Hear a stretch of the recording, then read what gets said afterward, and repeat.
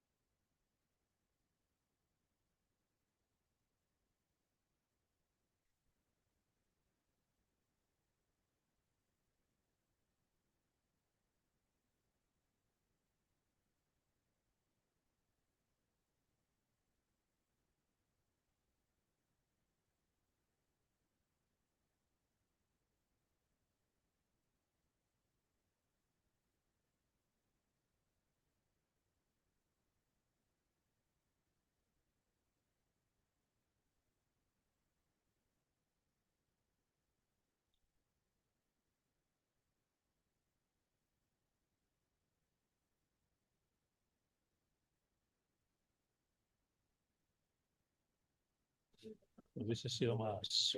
Bueno, no, al final se ha hecho desde PowerPoint.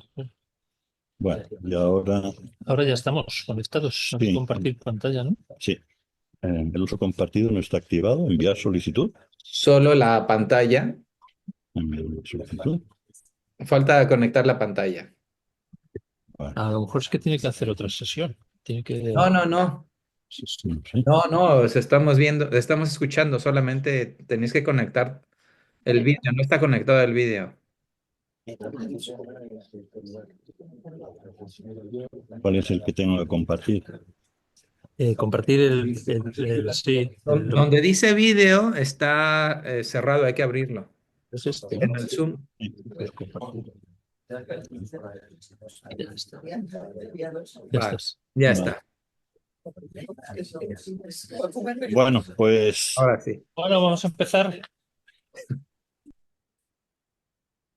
pues seguimos donde estábamos, con, digamos, las técnicas que empleaban los escribas para ir de alguna manera reformulando el material que habían recibido desde esa perspectiva crítica del propio acervo recibido, ¿no?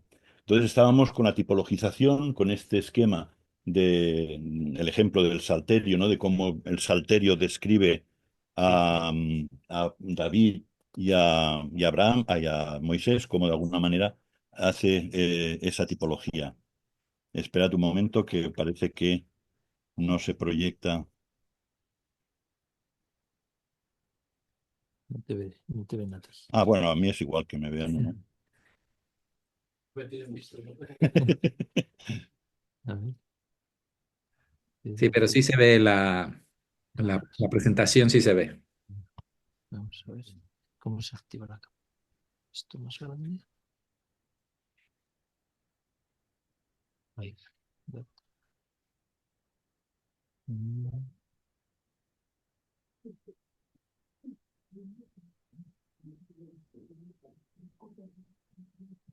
Es que no veo dónde hay que activar la cámara. Vamos a Zoom otra vez. Vamos a Zoom aquí y activar. Tú ves hablando. Bueno, pues sí, mientras Raúl trata de arreglarlo, yo sigo Sí, con continúa. lo que necesito la pantalla también. Dale aquí, para ver a todos, dale ahí. Otra cosa, la pantalla. Iniciar mi vídeo. Pero eso no se ve en esta pantalla. No sale nada. Bueno, pero lo podemos hacer. Está Espera, la ventana de espera, que Está la vamos ventana de ahí, Zoom. vamos ahí, iniciar el vídeo. A ver si ahora se ve. Sí, Ahora sí te ve. Vale. Ahora sí te ves, Pedro. ¿se ve ahora Israel? Sí, te ves ahora. Vale. Ya sabes, sí. Ahora lo que Eso necesito. cierra ese. Sí.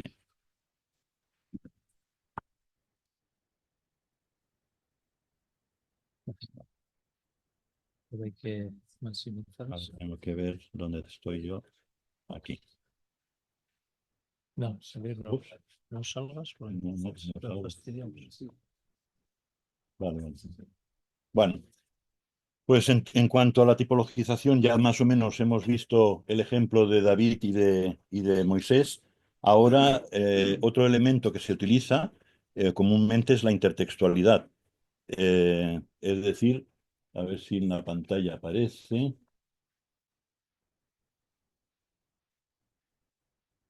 Bueno, este ya es otro ejemplo de interpretación intrabíblica. Bueno, antes de la intertextualidad, pues hablamos de la interpretación intrabíblica. Una de las cosas que no se tiene en cuenta muchas veces es que la propia Biblia ha crecido interpretándose a sí misma. Es decir, la Biblia, antes de ser Biblia, como la conocemos ahora, habían libros que crecían interpretando libros o interpretando partes de libros. O sea, hay una reinterpretación que se va dando, que al final se va consolidando como el canon que tenemos ahora. Pero muchos de los textos que tenemos son interpretaciones de interpretaciones. El ejemplo más claro. ¿Qué es el libro de Crónicas? Crónicas uno y Crónicas 2. Pues una relectura a fondo de los libros históricos, que llamamos históricos, ¿no? Sobre todo de Samuel y de Reyes. Es una relectura total, completa, ¿vale? Con criterios muy distintos. Y eso es un ejemplo de reinterpretación. Claro, esa relectura o esa interpretación que se hace de textos que ya tenían un cierto, digamos, pozo sagrado, si se quiere llamar así, pues conlleva eso, una interpretación. Pero algunas de esas interpretaciones se consolidan también como parte, luego finalmente, del canon, ¿no? De un canon. Pero también lo tenemos eso a escala menor. Por ejemplo, es lo que tenéis en la pantalla. ¿Qué tenéis en la pantalla? Pues un problema que hay en Primera de Reyes 8, 65, 66, que habla de una festividad en la que son 14 días, pero que en el día octavo el rey despide a la multitud. Dice, pero si son 14 días, ¿cómo es que es en el día octavo? Eso está así en el texto y es tal cual. Y entonces en Crónicas esto se explica. Es decir, el autor dice, aquí el de Reyes no aclaró la cosa y lo explica. Y dice, bueno, pues entonces celebró Salomón la fiesta y luego celebraron en el día octavo asamblea solemne, porque habían celebrado la dedicación del altar por 7 días y la fiesta por 7 días. Es decir, celebraron dos cosas. Lo que se insinúa solo en Reyes, que es una doble celebración, es una insinuación, porque se habla de fiesta sin especificar qué fiesta, seguramente era la de los tabernáculos, pues, y por eso, digamos que quizá el autor de Reyes dio por sabido que se estaba en ese contexto de la fiesta de los tabernáculos, pues bueno, pues lo escribió como lo escribió, pues, pero en Crónicas pues lo necesitó aclarar. Eso es un ejemplo, ¿no? De interpretación intrabíblica. Entonces, si uno conoce también en esta interpretación intrabíblica la ley sobre la fiesta de los tabernáculos en Números, por ejemplo, también en Levítico, pero sobre todo los datos más precisos están en Números, entonces ya la cosa empieza a cuadrar, ¿vale?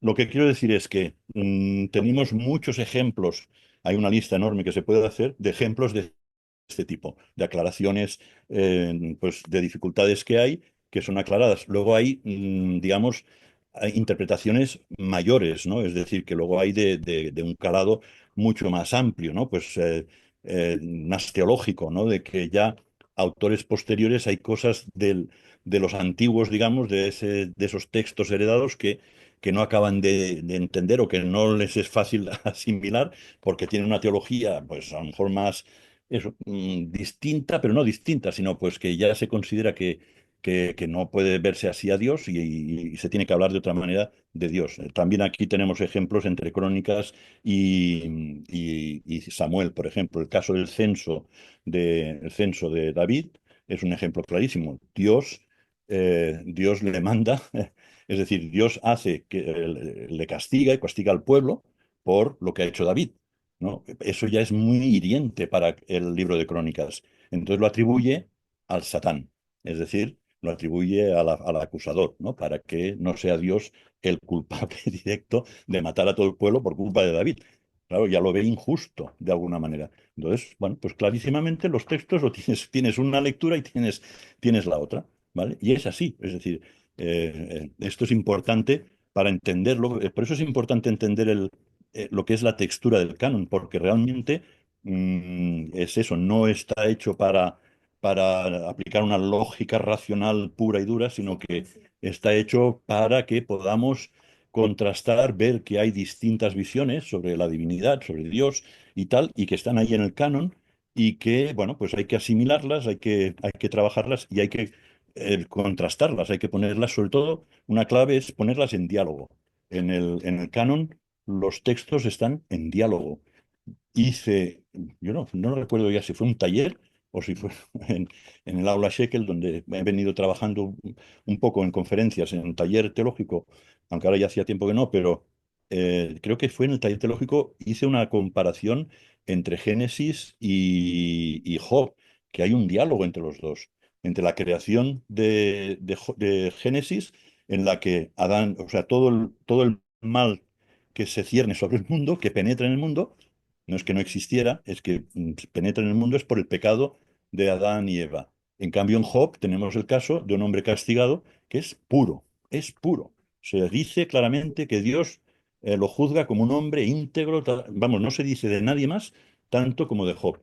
Entonces, si buscáis en la historia, pues echad un vistazo a ese taller y lo veréis, ¿no? Hay diálogo, es decir, los autores o los editores ponen esos textos en diálogo y nos obligan a nosotros a hacer ese diálogo. Bueno, esa es una parte.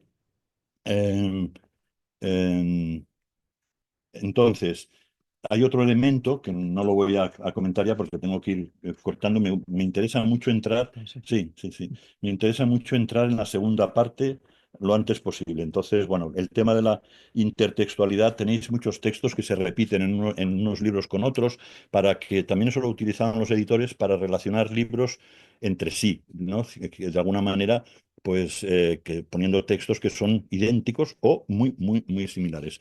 Pero bueno, eso ya lo dejo, no lo pongo, porque si no, no avanzaremos.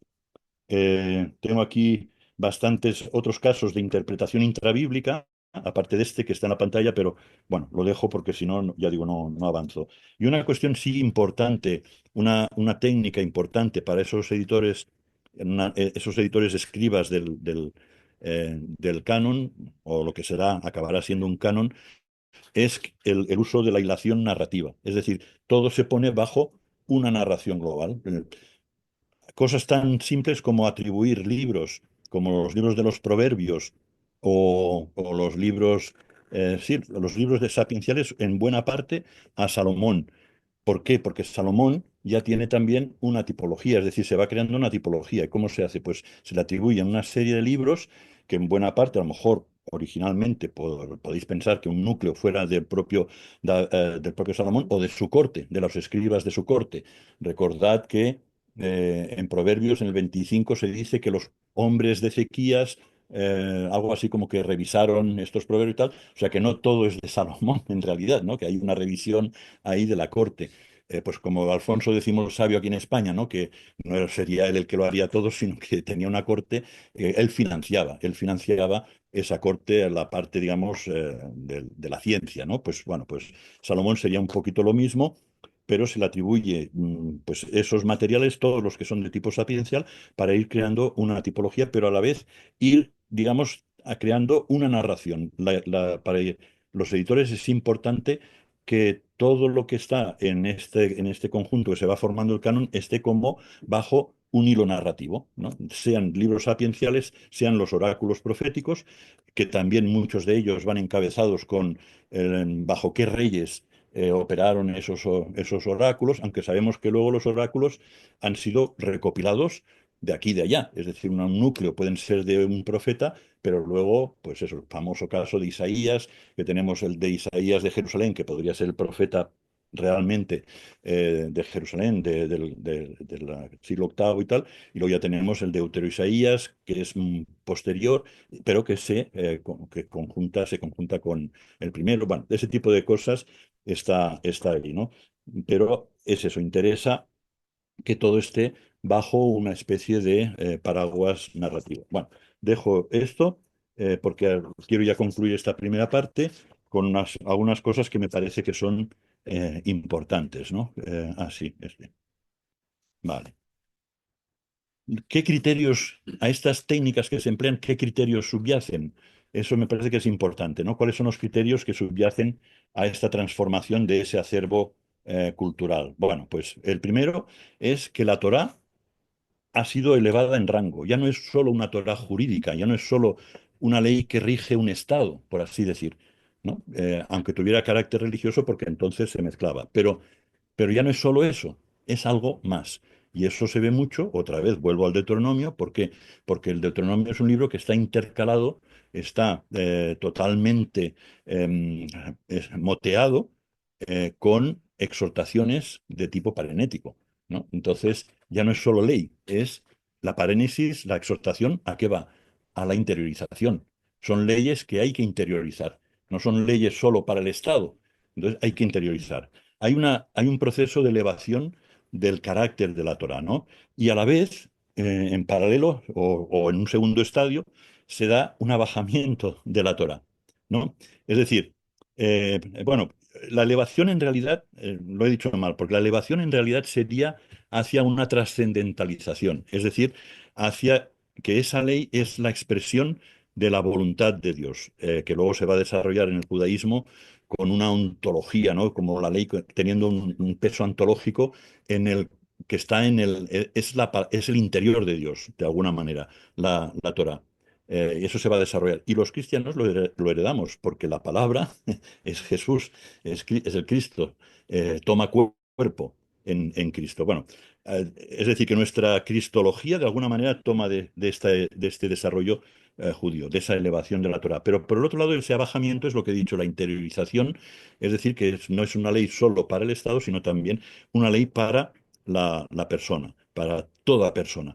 Esa elevación, esa trascendentalización también conlleva el que esa ley pretende ser universal, es decir, ageneracional o transgeneracional. Ya no va a ser una ley solo para un momento determinado, sino que es una ley para todas las generaciones. Y eso entonces marca bastante cómo se articula también todo el Pentateuco, en cierto modo, tendría que mostraros, poneros muestras, ¿no? de ello, pero bueno, no hay tiempo para eso. Pero también, pues esto, ¿no? La interiorización. Y esa sí que la muestra más clara es el libro de Deuteronomio con las exhortaciones que va introduciendo en medio de las leyes. Después tenemos como criterio, bueno, pues no, ya no tenemos criterio. Bueno, sí, es que no lo he puesto en la pantalla. De ambos estadios se desprende que los procesos descritos operaban sobre el valor atemporal de la Torah. Bueno, entonces esto ya lo he dicho, lo tengo en la mente, pero bueno, como quiero seguir el guión de esos dos estadios, sean cronológicos o sean simultáneos, al final lo que ocurre es eso, que con ambos se consigue que la ley sea algo más que una simple ley, lo que entendemos por ley, y que sea, pues como digo, un texto referencial, trascendente y a la vez personal. Bien, y esto ya nos lleva a la última cuestión, de lo que sería la primera parte. La conclusión es que antes de cualquier... No, ya no tengo más en la pantalla. Pones Antes, la segunda. la ponemos ahora. Antes de cualquier cierre oficial u oficioso de lo que llamamos canon, este fue formado mediante un prolongado proceso editorial. Todo lo que he explicado es como un proceso de tipo escribanil, ¿no? De escribas que elaboran todo este material que han recibido, que han seleccionado y han recibido. Aunque yo creo, sinceramente, que la selección no es tanta, lo que creo más bien es que el acervo se impone un poco por sí mismo porque es el que se considera identitario y tal, y a partir de ahí es cuando se empieza más la reelaboración. Selección como tal, no creo que hubiera tanta, ¿no? Pero bueno, eso da igual, para el caso da lo mismo. El caso es que es un proceso editorial que se ha formado a lo largo del tiempo, por lo tanto, el canon en buena medida es lo que decía antes, la sedimentación de todo ese proceso. Dicho con un ejemplo que nos viene muy cercano, no es un diluvio, la decisión digamos, de declarar un canon, no es un diluvio que nos cae encima, ni es la dana, no es una dana que nos ha venido así, ¡pum! Porque a algunos señores les ha interesado, ¡pum!, han cerrado el canon y tal. Es algo que se recibe ya de las propias escrituras, no es tan arbitrario, ¿no? evidentemente, claro que habrá procesos de reflexión que se han hecho y tal, y de interpretación y tal, claro que hay una labor ajena al canon, pero tampoco se puede decir que ese cierre del canon es arbitrario, es así por puro autoritarismo. No, o sea, no lo es, porque el propio canon de alguna manera lo demandaba. Es más, de hecho, la cuestión interesantísima de los cánones o del canon cristiano y también el judío es que cuándo fue cerrado oficialmente. Eso es que no se sabe en realidad. ¿Quién lo cerró? ¿Cómo? Se cerró por uso, es decir, porque ya sé que los evangélicos insistimos mucho en eso, en que es la propia palabra la que de alguna manera se impone, es el querigma, es el mensaje el que se impone a nosotros, no que la Iglesia pues lo impone. Ahí hemos de matizarnos, no hemos de ser tan evangélicos, porque evidentemente la Iglesia tiene una parte, pero sí que es verdad que bueno, que la decisión de las iglesias de recibir un canon o de proclamarlo no es arbitraria, sino que tiene un arraigo en esos propios textos que está reconociendo como sagrados, ¿no? Entonces, por más que haya una labor posterior de reflexión, de discernimiento y tal, pero también eso ha sido un proceso muy, digamos, entre comillas, popular, en el sentido de que han sido las iglesias locales las que han utilizado esos materiales, unas han utilizado unos materiales más que otros y tal, pero ha habido también un proceso de, digamos, de asentamiento del canon que no ha sido así tan simple como sentarse en un sínodo, en un concilio y decidir que estos son. No, es a partir también de que las propias iglesias en su práctica pues han ido utilizando unos materiales más que otros, ¿no? Y sí, han quedado unos fuera. Yo, sinceramente, a Dios gracias, porque algunos de los apócrifos de los evangelios, uf, como hubieran entrado en el canon, os aseguro que, madre mía, podríamos desarrollar ideas de lo más raro que. Entonces, bueno, bien, pues esta es un poco lo que es esta primera parte, ¿vale? Bueno, ahora vamos a la segunda parte, que aquí sí que tengo que, entonces, dejar de compartir esta, Ahora hay que irse a Zoom, entonces. finalizar la presentación. Eso Vale. es. Y ahora vamos O sea, a aceptar. vale. Vale, y ahora vamos a la segunda. Pero hay que abrirla primero, Sí, ¿no? habrá que abrirla, sí. Entonces nos vamos aquí. ¿No? No, esa no es. ¿No? Es Espera, aquí. espera. No, no, espera. No, creo que lo puedo hacer. Espera. Tienes que ir a documentos. Sí, a esta de aquí. Eso es. Y ahora aquí la 2. Esta es la 2 PPT. Pero el PowerPoint. Ah, es este. Es este, sí. Vale, vale. Ábrelo y ahora lo compartes. Sí, se Está, abre. sí, sí, está. Es que tarda un poquito. De ahí. Ahí, ya. Ahí está, sí. Pues ahora Pero voy a habilitar quitar, edición, ¿no? voy a quitar esta.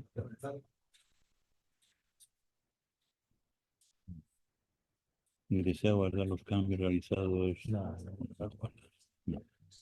Vale, y ahora. habilitar edición, quizás. Sí, habilitar edición y compartir ahora.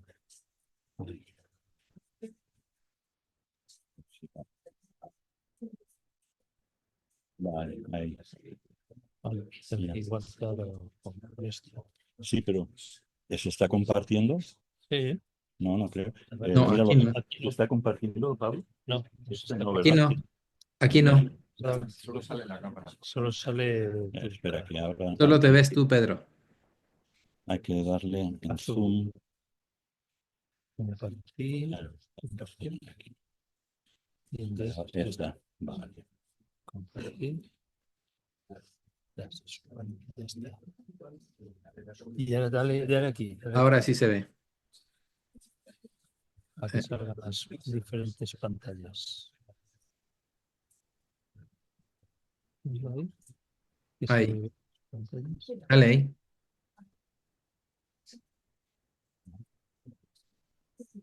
Estás compartiendo, pero ahora sí, estás. Mira, ¿Sí? si es como se están viéndolo ellos. Aquí sí se ve, ¿eh? ¿Me Vale, escucháis? pues bien. Uf. ¿No?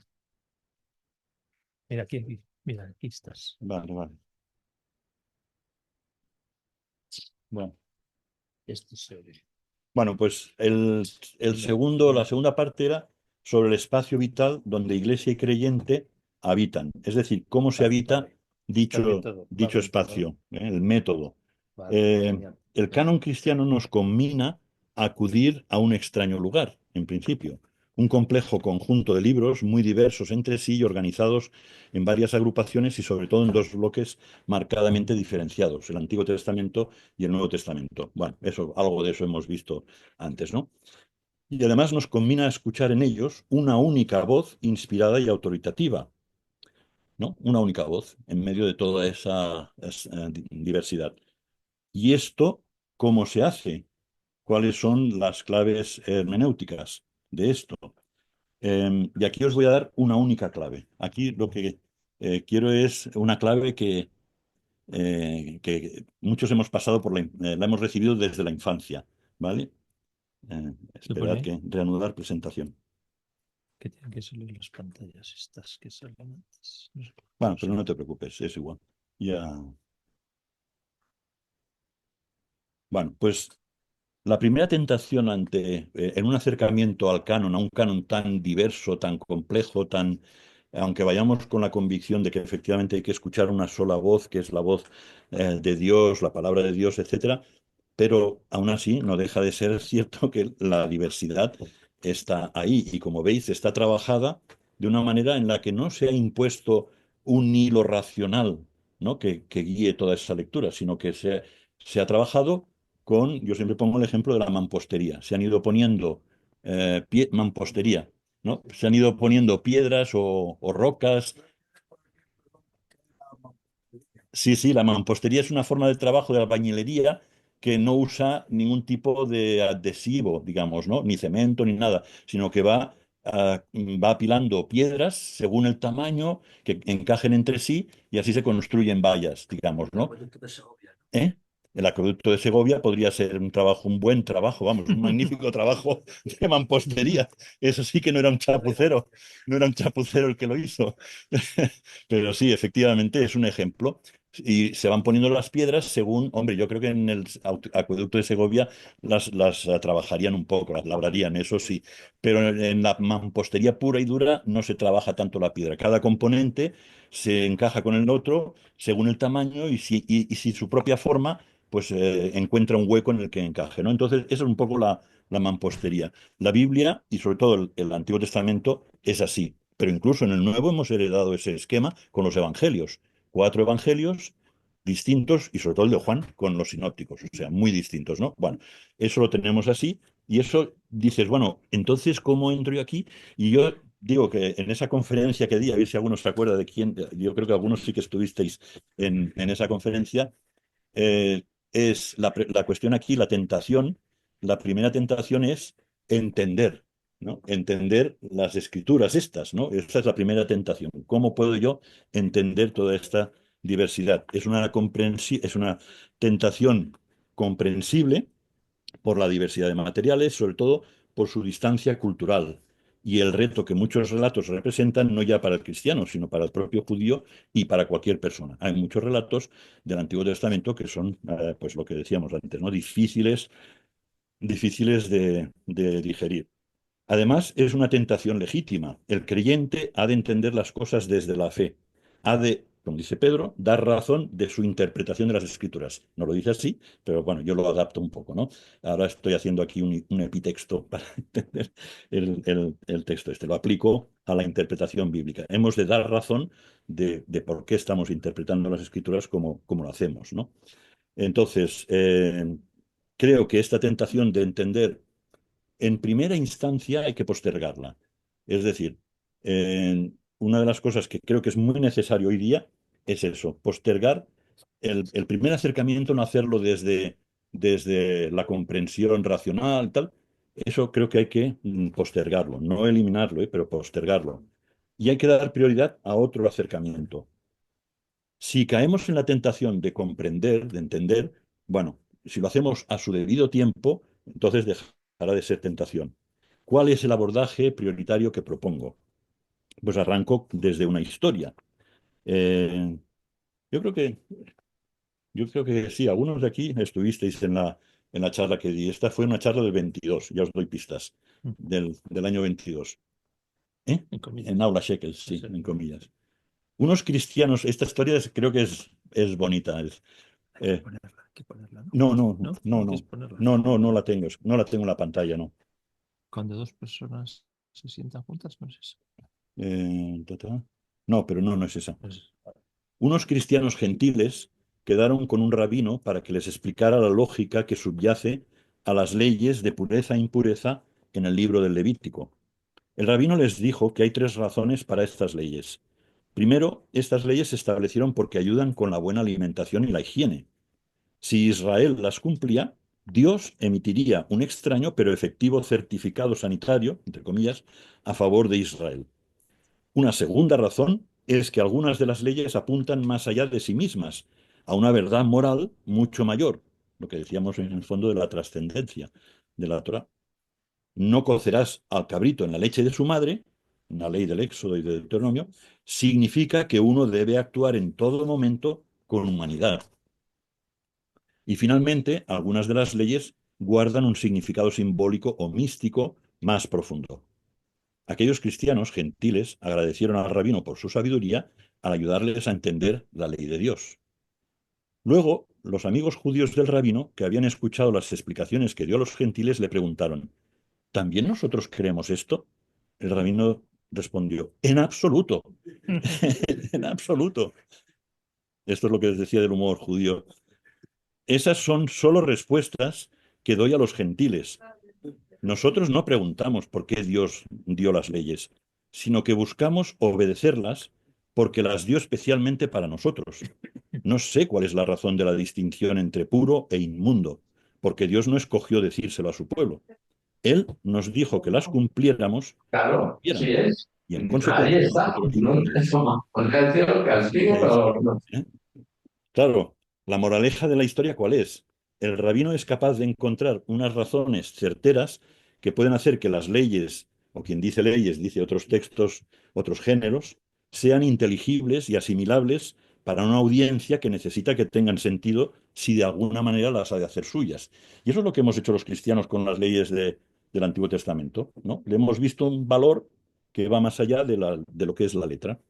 Y también con buena razón, porque también los propios judíos, como ya he dicho, en el canon ya proyectaron, ya iniciaron esa proyección. Así que no hemos hecho nada extraño. Pero ¿por qué no da la misma respuesta a los cristianos que a los judíos?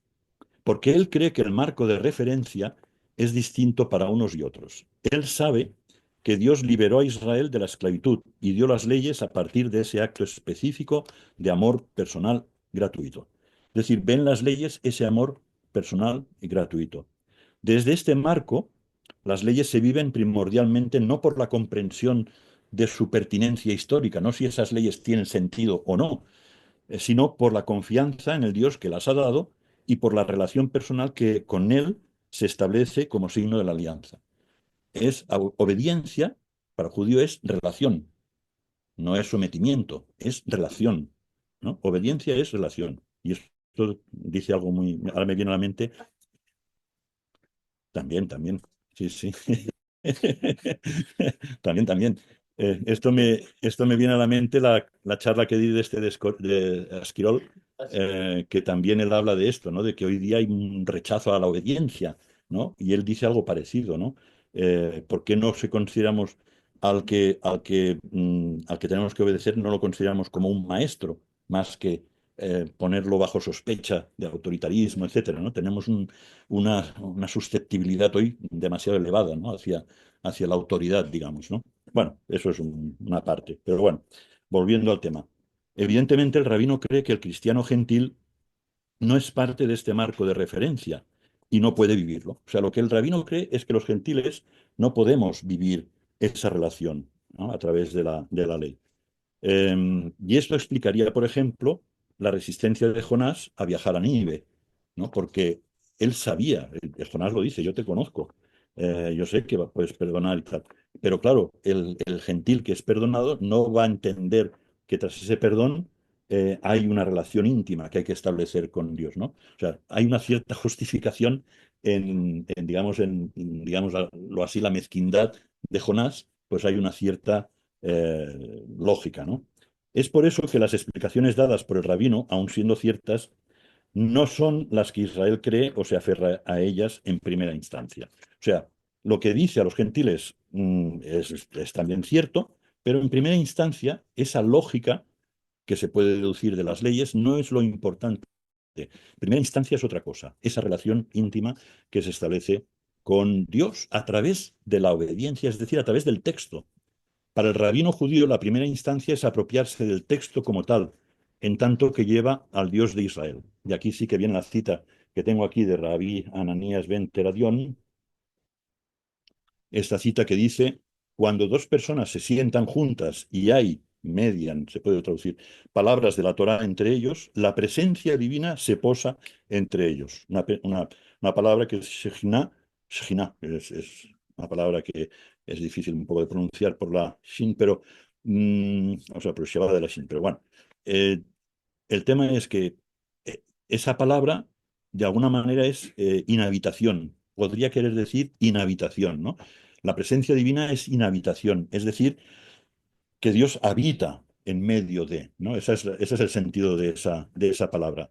Y eso es, digamos, a través de dos personas, ¿no? Como dice, que están, digamos, tratando sobre la Torá. ¿Eh? No, claro, claro, para ellos es Dios, claro, no Jesús, sí, sí. ¿Resuena en vuestra mente un texto del Evangelio? Claro, Cuando dos o claro. tres. Donde dos o tres están congregados en mi nombre, allí estoy yo en medio de ellos, ¿no? Otra cita nos ofrece otro enfoque complementario sobre la apropiación del texto. Esta cita viene de una celebración de la Torá, una celebración judía, que dice lo siguiente. Es un autor que habla de la lectura de la Torá. Matán Torah quiere decir la dación de la Torah, no la entrega de la Torah, que es una fiesta. Entonces, dice un autor, la lectura de la Torah no obedece simplemente a su propósito de instruir, es un encuentro con Dios, como el de nuestros padres. Ah, bueno, sí tengo la cita, espera que la pongo. Eso es. Es un encuentro con Dios como el de nuestros padres en el Sinaí. Cada lectura es una nueva revelación, un revivir aquella bella escena al pie de la montaña ardiendo en llamas. Claro, dicho así puede parecer un poco exagerado, pero en el fondo este tema de la reviviscencia, de revivir algo a través de la memoria, es decir, de la rememoración, es más que simplemente recordar mentalmente, es revivir, ¿no? Es hacer presente en la actualidad.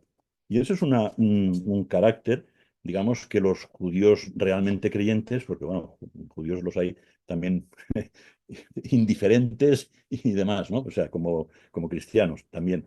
Pues el que cree de verdad un poco en la Torá se acerca con ese espíritu de apropiarse del texto porque es donde revive la experiencia de los padres. Estas dos citas nos hablan del texto como presencia divina, lo que he dicho, inhabitación, ¿no? Y nos recuerda también lo que nosotros como cristianos hemos heredado en la encarnación de Cristo. Y la palabra se hizo carne y puso su morada entre nosotros. Y esa palabra que usa Juan quiere decir, pues, extender la tienda, tiene que ver con acampar, ¿no? Entonces, efectivamente, Jesús o Dios, la palabra, ¿no? Anterior a la creación, se hace carne en Jesús y pone su morada entre nosotros. Para nosotros, la presencia divina, evidentemente, es Jesús, pero ese Jesús, ¿cómo lo conocemos? A través de la palabra, claro, a través de las escrituras y su canon. De ahí la exigencia rabínica de estudiar la Torá. Es decir, para el estudio de la Torá tan detallado, tan puntilloso, etcétera, es porque se pretende experimentar o revivir esa presencia divina de la manifestación de Dios con los padres de Israel, con Abraham, con el Éxodo, etcétera. Hay otra cita, a ver si, sobre la instrucción en la Torá. Dice así: estas son las cosas de cuyo fruto el hombre, Adán, el hombre en general, como en este mundo y cuyo beneficio come. A ver, un momento. Estas son las cosas de cuyo fruto el hombre come en este mundo y cuyo beneficio le aguarda en el mundo venidero.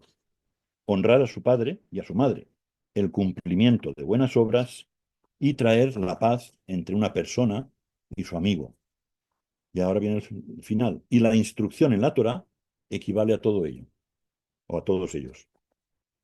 Es decir, que la instrucción, claro, uso la palabra, se podría decir el estudio, pero prefiero instrucción, porque no es solamente el estudio como nosotros lo entendemos, sino que es ejercitarse en la Torá. Es una palabra que se utiliza, por ejemplo, en Isaías, cuando dice aquello de no se adiestrarán más para la guerra, es la misma palabra. ¿No? No es que no estudiarán más para la guerra, es que no se ejercitarán, no se entrenarán más para la guerra, no se adiestrarán más para la guerra.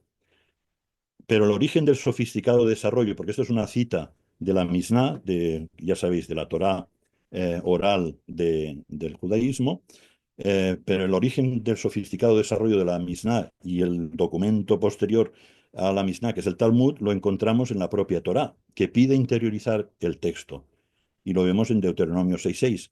Por lo que he dicho antes, ahora veréis, pues eso, ¿no? Que en Deuteronomio la ley es algo más que simplemente una ley que rige un gobierno, un estado, etcétera. Queden grabadas en tu corazón estas palabras, creo que la tengo, sí, la cita la tengo. Queden grabadas en tu corazón estas palabras que yo te mando hoy. Las inculcarás a tus hijos y se las recitarás cuando estés en tu casa y cuando vayas de camino, cuando estés acostado y cuando estés levantado. Como veis, es importante recitarlas. Es decir, no solo a cada rato y conocerlas todas, ¿no? Lo que estoy proponiendo como habitación de las escrituras es cultivar en primera instancia lo que se llamaría la espiritualidad del texto. La espiritualidad del texto, así de sencillo. ¿Qué es esto de la espiritualidad del texto? Pues bueno, cito aquí a un autor que me gusta cómo lo plantea, cómo plantea esto de la espiritualidad. No del texto, él no habla del texto, pero habla de la espiritualidad. Dice, pues la espiritualidad no es algo proyectado. ¿Cómo? Que no salía. No, es que Ah. no tengo el texto ese, este no lo tengo. Pues la espiritualidad no es algo proyectado por el hombre, sino que significa dejarse conducir e impulsar por el Espíritu Santo. En este sentido, la obediencia, es también escucha, y por medio de ella la vida cristiana se facilita y se alegra. Observancia, obediencia, pero la vida se facilita y se alegra. Es un poco como cuando puede uno, es el típico ejemplo, ¿no? Que esto es muy común, ya se ha puesto en muchos sitios el ejemplo, pues ¿cuándo puedes ser más espontáneo en cualquier campo de conocimiento, en la música, en el arte? ¿Cuándo puedes ser más creativo, cuanto más dominas la técnica? Y eso requiere ejercitarte, y hasta que no te ejercitas bien y no la dominas, no puedes ser tan creativo. Tienes que dominar primero. Es así. Por eso la espiritualidad del texto es dejar que éste le impregne a uno mediante una disciplina de masticación del texto, masticar el texto. En la espiritualidad católica medieval, por ejemplo, pues hablaba y se aplica ahora mucho la lectura orante, ¿no? Lo que en nuestro contexto era un poco la lectura devocional, que se hacía antiguamente, ya no sé si se hace ahora, pero lo que se hacía habitualmente, ¿no? La lectura devocional en los hogares o en la iglesia, donde fuera, ¿no? Hacer esa lectura, aunque informada, porque eso es otra cosa, pero bueno, por lo que hablábamos en el coche, que veníamos hablando de algunas lecturas devocionales, pero una lectura devocional es mala cuando se aleja del texto, cuando primero no mastica el texto, no deja que sea el texto el que simplemente se pose en uno y no precipite opiniones, ¿no? El no precipitar opiniones, sino hacerse con el texto. Como dice un autor, la lectura debe familiarizarnos con el texto hasta el punto de que se vuelva nuestra palabra. ¿Y en qué consiste entonces esta disciplina de masticación? Pues no en un interrogatorio al texto, no en primera instancia, eso lo podemos hacer luego ya con lecturas más, bueno, pues sí, más críticas, etcétera, pero en primera instancia es no interrogar al texto, sino recitarlo, ¿no? Aprender a recitarlo, que quiere decir dar voz al texto. Me gusta esa expresión, dar voz al texto. Dar voz a alguien quiere decir que quien la da va a escuchar a ese alguien. Entonces, recitarlo es también escucharlo, ¿no? Si se lee en silencio, hay que hacerlo escuchando el texto, recitándoselo uno mismo. Y también es importante la memorización. Memorizar quiere decir algo más que aplicar unas reglas mnemotécnicas, quiere decir hacer del texto, del encuentro con el texto, una experiencia memorable. Un poco lo de la reviviscencia que decían estos rabinos judíos. Los encuentros más memorables que yo he tenido con el texto del Viejo Testamento fueron en la escuela dominical. Y aquí hay algunos, pues habréis tenido esa experiencia, ¿no? Colorear versículos, narrar historias con paneles de franela. Hoy supongo que con el Godly Play pues es distinto, pero, o con la informática, pero hacer concursos y juegos de memorización, hacer pequeñas representaciones o verdaderas obras de teatro, ¿no? Yo me acuerdo de cuando de pequeño teníamos que representar escenas del Antiguo Testamento, por ejemplo, me acuerdo mucho de una de Sansón y que se hacía el chiste, ¿no? Pues que están hablando y Sansón y uno le pregunta, ¿San qué? Dice, no, no es un santo, dice, es Sansón y tal. Y bueno, y así, pues con todo ese juego, y te hacías con el texto, te hacías con las historias, ¿no? Con mucha ingenuidad, con mucha inocencia. Pero bueno, en el fondo te vas haciendo con los textos y como decía un autor bastante conocido, un presbiteriano que se llama Peterson, ¿no? Las parábolas, por ejemplo, las historias, los cuentos son como bombas de tiempo. Primero se posan en un sitio y en el momento oportuno es cuando explotan. Y entonces es cuando entiendes o te dan un significado especial. Pero primero hay que depositar el texto, primero hay que interiorizarlo, hay que tenerlo, si no, no explota luego, ¿no? Bueno, la importancia concedida por Jesús a la hermenéutica del niño para entender el Evangelio también avalaría un poco esto, ¿no? De cierto, os digo, si no os volvéis y os hacéis como niños, aquí, no penetraréis en las Escrituras. En el fondo, no entraréis en el reino de los cielos, pero yo lo aplico ahora, pues, a una parte de ese reino que es las Escrituras. No penetraréis en las Escrituras. No lo dice así, pero los infantes eran para Jesús el modelo de comprensión de su predicación del reino. Y también, bueno, pues tengo aquí una pregunta nueva, más de uno seguro que dice, ¿y me tengo que memorizar todo el Levítico y todo eso? Digo, bueno, pues, bueno, hay que conocerlo, porque además hay claves interesantes que solo uno leyéndolo se va dando cuenta, ¿no? Claves de cómo, en qué momento interviene Dios diciéndole algo directo a Moisés. Hay detalles narrativos que son interesantes. Aquí tengo una cuestión sobre cómo estas leyes están estructuradas bajo ese hilo narrativo que os decía antes, pero corro adelante hacia el final porque me gustaría que tuviéramos ese diálogo que se supone que hemos de tener, ¿no? Entonces, bueno, en cuanto el texto empiece a quedar grabado en uno, sus historias, sus leyes, sus oráculos, sus proverbios, etcétera, ocurrirán dos cosas importantes. Comenzaremos a pensar canónicamente, esto es, comenzaremos a entrar en el diálogo intracanónico de los textos, lo que os decía antes, si los textos entre sí dialogan, ¿no? Porque los editores los han puesto un poco, no para, aunque han observado contradicciones, han observado contrastes, han observado dificultades, pero los han puesto juntos porque obligan a esos textos a dialogar entre sí y al creyente también a entrar en ese diálogo, ¿no? Entonces, ¿cómo dialogamos? Y en ese diálogo descubrimos más de lo que cada uno dice, ¿no? En el diálogo, el resultado es mucho mayor de lo que dice cada uno de los textos. Y luego es que este pensar canónicamente canalizará nuestra relación con Dios, con oraciones, con preguntas, con compromisos y también con la sociedad, con nuestros prójimos, con la sociedad en general. El caminar de nuestros padres, Israel, en la fe, registrado en sus escrituras, cobrará nueva vida en nosotros. Se puede decir que el Espíritu le da al texto una vida encarnada en cada nueva generación que lo mastica. Eh,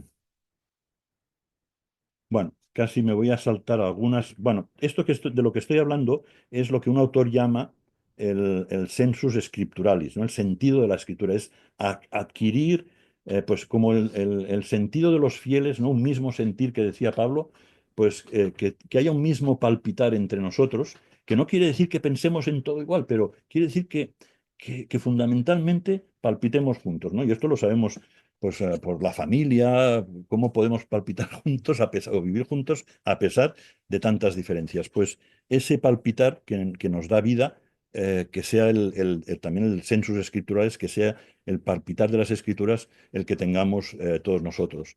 Em, Masticar el texto es lo que permite al espíritu hacernos palpitar con el pálpito de las escrituras. Bueno, entonces, tengo aquí una pregunta, ¿no? Entonces, ¿esta espiritualidad del texto es lo que piden las propias escrituras? ¿O es más bien eso, una propuesta rabínica y tal? Bueno, pues aquí tengo varias cosas que voy a correr para saltármelas, porque si no, no voy a llegar al final. Em, la ley, tal y como la entendían en el Antiguo Testamento, a ver si... Ah, aquí. ha salido. Bueno, aquí hice un juego, ¿no? De composición de las letras con el corazón. Bueno, pues es más que nada para reflejar ese palpitar del espíritu, o el palpitar con las escrituras, no el sensus scripturalis. Hay un autor que habla, que es conocido ahora, Van Hooser, que lo han traducido al castellano, que habla de ello. Y bueno, pues es interesante. Eh, pero sigo adelante, creo que puedo. Sí, ahora. Bueno. Hay que tener en cuenta una cosa importante respecto a la ley, por ejemplo, antigua. Si os fijáis en este cuadro, la ley de Israel prácticamente nunca fue, en el periodo bíblico, nunca fue vivida como tal. Es decir, cuando se declara la ley, finalmente en Moab, en Deuteronomio, se habla de que eso va a quedar como un libro para que las siguientes generaciones pues lo vivan, lo hagan suyo, etcétera. ¿Qué tenemos en Josué? Pues que sí, que se transmite el libro de la Torá en esos textos donde se menciona, pero luego hay un silencio absoluto. En muchos siglos la ley no juega ningún papel. Entonces, es curioso porque en Moab esa ley es la ley que tiene que regir Israel, pero todavía no tiene la tierra. Alguien lo comentaba antes, ¿no? Todavía no tiene la tierra. Es una ley que es dada antes de tener la tierra, y la tierra hay que conquistarla. Pero primero, más importante que la instrucción militar, es la instrucción en la ley, ¿no? Que es lo que hace Deuteronomio, que tiene en Moab a la gente ahí esperando instrucciones y lo que recibe es la Torá. Entonces dices, bueno, hombre, si esto es lo que necesitamos para invadir Canaán, no sé, pero bueno, se nos ha dado esta ley. Luego, cuando ya se instala en la tierra, Josué habla de eso, ¿no? Pero está en el proceso de conquista, todavía no se puede, prácticamente solo se practica la Pascua. Pero luego jueces, Samuel, reyes, prácticamente, ¿por qué se encuentra la ley luego Josías? Como un descubrimiento, pues porque no se ha utilizado no ha estado implementada, no ha estado promulgada realmente esa ley, no ha regido la vida de la monarquía prácticamente ni de los jueces. Entonces, cuando ya la promulga Josías al final de Segunda Reyes, es cuando viene la Golá, ¿no? El exilio, prácticamente a las puertas del exilio, ergo tampoco. O sea, la promulga y luego sigue Manasés, 40 años de un pésimo rey, según Reyes, aunque para Crónicas se arrepintió y se convirtió, hizo cosas buenas, bueno, pero en Reyes no, y luego ya, pues ya está, fuera del país y ya no tenemos posibilidad de aplicar la ley. Pero ¿por qué esta literatura, este canon insiste en que la ley hay que obedecerla? Porque hay que obedecerla fuera de su lógica, de su contexto, porque es mucho más que una ley para el Estado, ¿no? Es decir, que el propio canon nos está diciendo que su énfasis, su acento, hincapié en la Torá va más allá de lo que es la aplicación que le correspondería por su propia lógica. Va mucho más allá. Va a esa interiorización, a esa universalización, a esa trascendencia o relevancia transgeneracional. Es referencial más allá de su lógica histórica, política, jurídica, etcétera. Eso es lo que está diciendo el canon con esto, y también con textos como el de Jeremías, que ya es un poco mi conclusión. Básicamente es la conclusión de Jeremías, que tiene mucho que ver con la postura de Jeremías, representa mucho lo que quizá los profetas han aplicado, ¿no? Los profetas escribas han aplicado a esa reelaboración de la Torá, ¿no? Mirad que vienen días en que sellaré con la casa de Israel y con la casa de Judá una nueva alianza. Esta será la alianza que sellaré con la casa de Israel en aquellos días. Pondré mi ley en su interior y la escribiré en su corazón. La cosa es que nosotros esto lo interpretamos un poco, digamos, lo espiritualizamos. Para nosotros espiritualizar es como, digamos, que pase por la mente o por los sentimientos, pero no, que aquí lo que está diciendo es que se grabará en el interior, la letra se grabará en también, ¿no? Quiere decir más, pero también quiere decir que eso conlleva la letra, el texto que lo va a grabar interiormente y lo escribirá en su corazón. Y su corazón es la memoria también, ¿eh? Es la mente, no es el sentimiento, es la mente. Es decir, es tenerla clara. El texto tiene que estar todo él en nuestra mente. No puede estar solamente pues un poco como una referencia eh, externa, ¿no? No, no, tiene que estar totalmente, porque escribir en su corazón es un poco como cuando en inglés se dice hablar by heart, ¿no? Decir algo de by heart es de memoria, en el corazón es de memoria, en inglés y en otras lenguas también. Entonces, bueno, pues eso es lo que en el fondo yo quería aquí proponer, ¿no? Y es este tipo de espiritualidad del texto lo que permite a los apóstoles releer, por ejemplo, en Hechos, ¿no? En la experiencia del Pentecostés, releer el Antiguo Testamento y ver en él a Jesús que predicaron tras Pentecostés, etcétera, ¿no? Es decir, que su experiencia vital era más de este tipo que no una comprensión, digamos, de academia, ¿no? De haber estudiado el texto y tal. Era de, bueno, de conocerlo, de tener cercano el texto en su interior.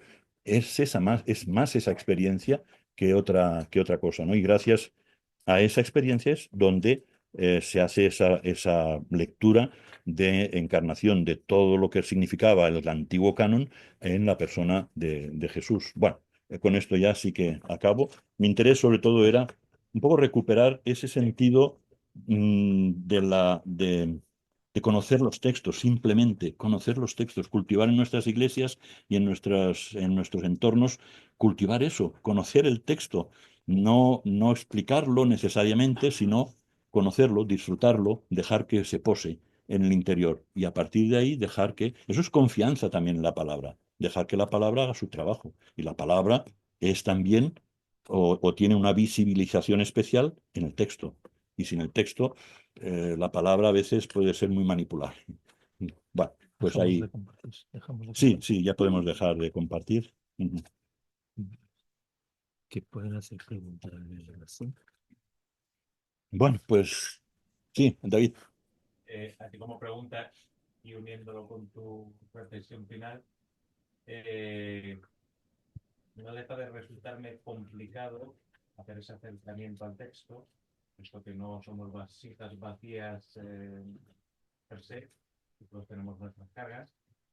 En cuyo caso, claro, al final el acercamiento al texto y dejar que te hable o que te hable, pues ya sabemos lo que pasa desafortunadamente en la vida real, que cada uno interpreta lo que quiere. Entonces, eso me viene a la unión de hasta qué punto no es, esto, la formación. Entiendo que igualmente los judíos que tenían la formación desde pequeños, no había ya ahí unas reglas interpretativas que al final se hacen obligatorias. Si no queremos, pues eso, que al final el espíritu a mí me diga y a ti te diga. Entonces eso, no dejo de ver que o hay cierta formación de fondo, o al final esto es una locura. Bueno, pero eso es el epitexto. Quiero decir que eso ya lo tenemos en principio y evidentemente hay que cultivarlo, también ese epitexto. Quiero decir que sí, nunca va a haber el texto solo como tal realmente, pero lo que estoy hablando es sobre todo de a qué damos importancia o no, no a qué damos importancia, porque damos importancia, o por lo menos en mi presentación yo quiero dar importancia a las dos cosas, a la lectura, digamos, sencilla del texto, ¿no? Directamente de habitar el texto, y a la lectura crítica también, pero hay que distinguirlas y cultivarlas claramente. como dos procesos que son distintos, sabiendo lo que aporta cada uno, pero hay que hacerlo. En nuestra cultura pasamos directamente, por ejemplo, queremos conocer hoy día, ¿no? Queremos conocer